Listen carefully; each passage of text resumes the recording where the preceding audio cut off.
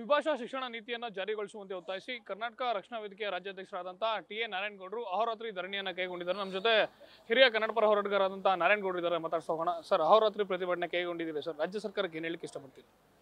ದ್ವಿಭಾಷಾ ನೀತಿಯನ್ನು ಜಾರಿಗೆ ತರಬೇಕು ಅನ್ನುವ ಉದ್ದೇಶದಿಂದಾಗಿ ಕರ್ನಾಟಕ ರಕ್ಷಣಾ ವೇದಿಕೆ ನಿರಂತರವಾಗಿ ಹೋರಾಟ ಮಾಡ್ಕೊಂಡು ಬರ್ತಾ ಇದೆ. ದ್ವಿಭಾಷಾ ಸೂತ್ರ ಜಾರಿಗೆ ಕರ್ನಾಟಕದಲ್ಲಿ ಯಾಕೆ ಬರಬೇಕು ಅಂದರೆ, ಹಿಂದಿ ಒಂದು ಭಾಷೆಯಾಗಿ SLCಯಲ್ಲಿ ಕರ್ನಾಟಕದ ಶಿಕ್ಷಣ ನೀತಿಯಲ್ಲಿ ಹಿಂದಿ ಅಳವಡಿಕೆ ಮಾಡಿರೋದ್ರಿಂದ ಪ್ರತಿ ವರ್ಷ ಲಕ್ಷಾಂತರ ಮಕ್ಕಳು ಹಿಂದಿಯಲ್ಲಿ ನಮ್ಮ ಮಕ್ಕಳು ಫೇಲ್ ಆಗ್ತಾರೆ. 2023ರಲ್ಲಿ 97,000 ಕನ್ನಡ ವಿದ್ಯಾರ್ಥಿಗಳು SLC ಪರೀಕ್ಷೆಯಲ್ಲಿ ಹಿಂದಿಯಿಂದಾಗಿ ಫೇಲ್ ಆದಂಥದ್ದು. 2024ರಲ್ಲಿ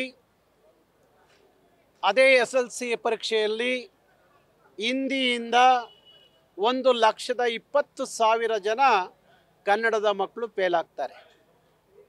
ಯಾವ ಅನುಕೂಲವಿಲ್ಲದ, ಯಾವ ರೀತಿಯ ನಮಗೆ ಲಾಭವಿಲ್ಲದಂಥ ಹಿಂದಿ ಭಾಷೆ ಕಲಿಯುವಂಥ ಅಗತ್ಯ ನಮಗೆ ಆಗಬೇಕು. ಈಗ ಪಕ್ಕದ ತಮಿಳುನಾಡಲ್ಲಿ ದ್ವಿಭಾಷಾ ಸೂತ್ರ ಜಾರಿಗೆ ಬಂದಂಥದ್ದು, ಹಾಗೇ ಮಹಾರಾಷ್ಟ್ರದಲ್ಲಿ ದ್ವಿಭಾಷಾ ಸೂತ್ರ ಜಾರಿಗೆ ಬಂದಂಥದ್ದು. ನಮಗೆ ದ್ವಿಭಾಷಾ ಸೂತ್ರದಿಂದಾಗಿ ಕನ್ನಡ ಇಂಗ್ಲೀಷಿನ ಅಗತ್ಯ ಸಾಕು, ಮೂರನೇ ಭಾಷೆಯಾಗಿ ಹಿಂದಿ ಆಯ್ಕೆ ನಮಗೆ ಬೇಡ, ಹಿಂದಿ ಅಗತ್ಯ ನಮಗಿಲ್ಲ ಅನ್ನೋ ಮಾತನ್ನು ನಾವು ಮೊದಲಿಂದಲೂ ಹೇಳ್ಕೊಂಡು ಬಂದು, ಹಾಗಾಗಿ ದ್ವಿಭಾಷಾ ಸೂತ್ರದಿಂದಾಗಿ ಕನ್ನಡ ಮತ್ತು ಇಂಗ್ಲೀಷ್ ಇರುತ್ತ ಹೊರತು ಹಿಂದಿ ಬೇಡ ಅನ್ನುವ ಉದ್ದೇಶದಿಂದ ದ್ವಿಭಾಷಾ ಸೂತ್ರವನ್ನು ಜಾರಿಗೆ ಬರಬೇಕು ತರಬೇಕು ಅಂತೇಳಿ ರಾಜ್ಯ ಸರ್ಕಾರದ ಮೇಲೆ ಒತ್ತಡವನ್ನು ಹಾಕ್ತಾ ಇದ್ದೀವಿ. ರಾಜ್ಯ ಸರ್ಕಾರ ಇತ್ತೀಚೆಗೆ ಒಂದು ಸಮಿತಿಯನ್ನು ನೇಮಕ ಮಾಡ್ತು. ಆ ಸಮಿತಿ ಒಂದು ವರದಿಯನ್ನು ಕೊಡ್ತು. ಆ ವರದಿ ಏನು ಹೇಳುತ್ತೆ ಅಂದರೆ, ಆ ವರದಿಯಲ್ಲಿ ದ್ವಿಭಾಷಾ ಸೂತ್ರ ಕರ್ನಾಟಕದಲ್ಲಿ ಜಾರಿಗೆ ಬರೋದ್ರಿಂದ ತುಂಬ ಅನುಕೂಲ ಇದೆ, ನಮಗೆ ಎರಡೇ ಭಾಷೆ ಸಾಕು, ಕನ್ನಡ ಮತ್ತು ಇಂಗ್ಲೀಷ್ ಸಾಕು, ಹಿಂದಿಯ ಅಗತ್ಯ ನಮ್ಮ ಮಕ್ಕಳಿಗಿಲ್ಲ ಅನ್ನುವ ವರದಿಯನ್ನು ಕೊಡುತ್ತೆ. ಹಾಗಾಗಿ ಆ ವರದಿ ಈಗ ಸರ್ಕಾರದ ಮುಂದೆ ಇದೆ. ನಾನು ಕರ್ನಾಟಕ ಸರ್ಕಾರಕ್ಕೆ ಮನವಿ ಮಾಡ್ತೀನಿ, ಆಗ್ರಹ ಮಾಡ್ತೀವಿ, ಇಡೀ ಕನ್ನಡಿಗರ ಪರವಾಗಿ ತಾವು ತಕ್ಷಣ ಸಚಿವ ಸಂಪುಟದ ಸಭೆಯನ್ನು ಕರೆದು ದ್ವಿಭಾಷಾ ಸೂತ್ರ ಅಧಿಕೃತವಾಗಿ ಕಾನೂನುಬದ್ಧವಾಗಿ ಜಾರಿಗೆ ಬರಬೇಕು ಅನ್ನುವ ಒತ್ತಾಯವನ್ನು ಮಾಡಲಿಕ್ಕೋಸ್ಕರ ಇವತ್ತು ಕರ್ನಾಟಕ ರಕ್ಷಣಾ ವೇದಿಕೆ ಅಹೋರಾತ್ರಿ ಧರಣಿಯನ್ನು ಇವತ್ತು ಇಲ್ಲಿ ಮಾಡ್ತಾ ಇದೆ. ಬೆಳಿಗ್ಗೆ ಶಿಫಾರಸಲ್ಲಿ ಸರ್ ದ್ವಿಭಾಷಾ ಸೂತ್ರ ಏನು ಹೇಳ್ತಾ ಇದ್ದಾರೆ, ಕನ್ನಡ ಮತ್ತು ಇಂಗ್ಲೀಷ್ ಅಂತೇಳಿ SCP ಸೂತ್ರ ಏನು ಶಿಫಾರಸು ಮಾಡಿದ್ದಾರೆ, ಅದರಲ್ಲಿ ತೆಲುಗು ತಮಿಳ್ ಅವ್ರಿಗೂ ಕೂಡ ಭಾಷೆನ ಆಯ್ಕೆ ಮಾಡಲಿಕ್ಕೆ ಒಂದು ಅವಕಾಶವನ್ನು ಶಿಫಾರಸು ಮಾಡಿರುವಂಥದ್ದು ಸರ್.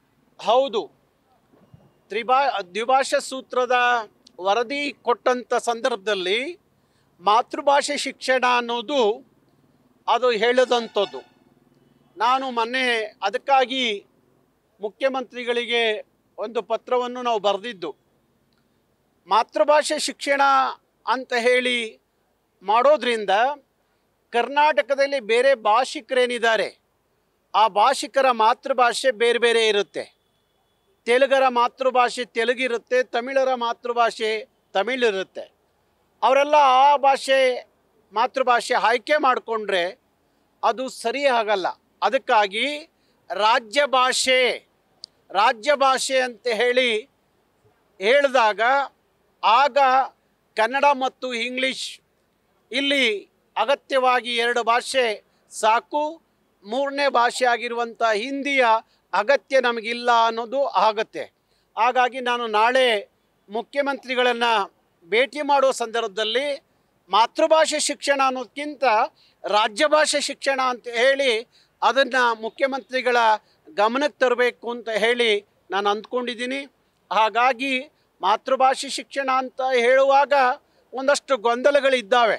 ಹಾಗಾಗಿ ರಾಜ್ಯ ಭಾಷೆ ಶಿಕ್ಷಣ ಅಗತ್ಯ ಕರ್ನಾಟಕಕ್ಕೆ ಅಂತ ಹೇಳುವಂಥ ಕೆಲಸಕ್ಕೆ ನಾವು ಮಾಡಬೇಕಾಗುತ್ತೆ. ನಮಗೆ ತ್ರಿಭಾಷಾ ಸೂತ್ರ ಬೇಡ, ನಮಗೆ ದ್ವಿಭಾಷಾ ಸೂತ್ರ ಸಾಕು ಅನ್ನುವ ಒತ್ತಾಯವನ್ನು ಮಾಡಲಿಕ್ಕೋಸ್ಕರ 11 ಗಂಟೆ ಬೆಳಗ್ಗೆಯಿಂದ ಇಡೀ ರಾತ್ರಿ ಮತ್ತು ನಾಳೆ ಸಂಜೆವರೆಗೂ ಈ ಪ್ರತಿಭಟನೆ ಮುಂದುವರಿಯುತ್ತೆ. ಇದಿಷ್ಟು ನಾರಾಯಣಗೌಡರ ಮತ್ತು ಅಂದರೆ ರಾಜ್ಯಕ್ಕೆ ತ್ರಿಭಾಷಾ ಸೂತ್ರ ಅಗತ್ಯ ಇಲ್ಲ, ದ್ವಿಭಾಷಾ ಸೂತ್ರವನ್ನು ಅನುಷ್ಠಾನ ಕೊಡಬೇಕು. ಜೊತೆಗೆ ಮಾತೃಭಾಷೆ ಅನ್ನೋದಕ್ಕಿಂತ ಇಲ್ಲಿ ರಾಜ್ಯದಲ್ಲಿರುವಂಥ ಬೇರೆ ಭಾಷಿಕರಿಗೆ ಜೊತೆಗೆ ಕನ್ನಡ ಮತ್ತು ಆಂಗ್ಲ ಭಾಷೆಯನ್ನು ದ್ವಿಭಾಷಾ ಸೂತ್ರವನ್ನು ರಾಜ್ಯ ಸರ್ಕಾರ ಜಾರಿಗೆ ತರಬೇಕು ಅನ್ನೋ ಮಾತನ್ನು ಹೇಳ್ತಿರುವಂಥದ್ದು. ಕ್ಯಾಮ್ರಾ ಪರ್ಸನ್ ಮಂಜುನಾಥ್ ಜೊತೆ Shivakumar, news first, Bengaluru. News first ನಿರ್ಭೀತಿಯಿಂದ ನಿಮ್ಮ ಪರವಾಗಿ.